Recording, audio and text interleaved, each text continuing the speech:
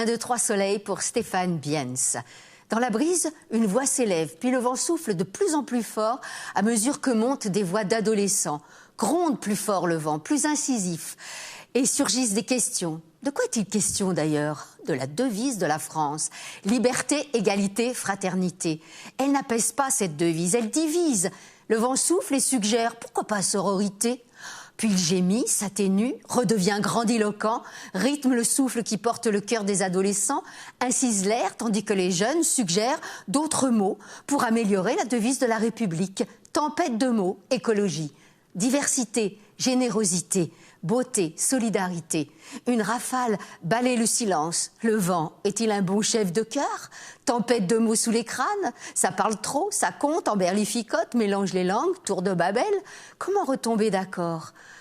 Les adolescents disparaissent, leurs mots ne sont entendus que de manière fugace. Chacun énonce son mot, enfin, ensemble. Au bord de la mer, face à l'île du Creux du Diable où vit Emma, qui ne parle pas beaucoup, île mystérieuse, fille mystérieuse, devant laquelle Tom et Dilo s'interrogent. Que se passe-t-il là-bas? Peu à peu, Emma va apprendre grâce à eux à ouvrir la bouche, à parler.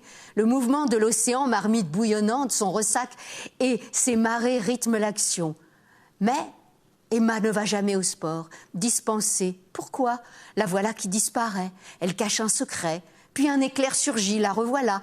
Elle redisparaît, la pluie tombe, les nuages en grosses gouttes recouvrent le ciel. Tom et Dilo vont gagner l'île, tandis que montent les nuages anthracites qui leur serrent le cœur.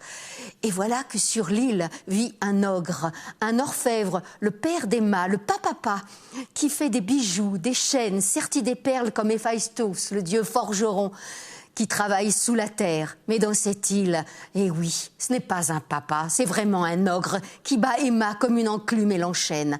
Alors Tom et Dilo vont affronter le dragon dans une bataille tonitruante de souffle, de coups de bâton, de hurlements et la délivrer. Le bâton deviendra flûte et clôturera joyeusement l'épopée du combat.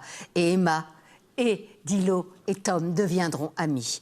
Un univers mythologique et poétique qui protège le lecteur des turbulences météorologiques. Pour adolescents, une main se lève aux éditions théâtrales dans le recueil Liberté, Égalité et Hématome aux éditions Espace 34, lauréat du prix des écrivains associés du théâtre jeunesse 2018.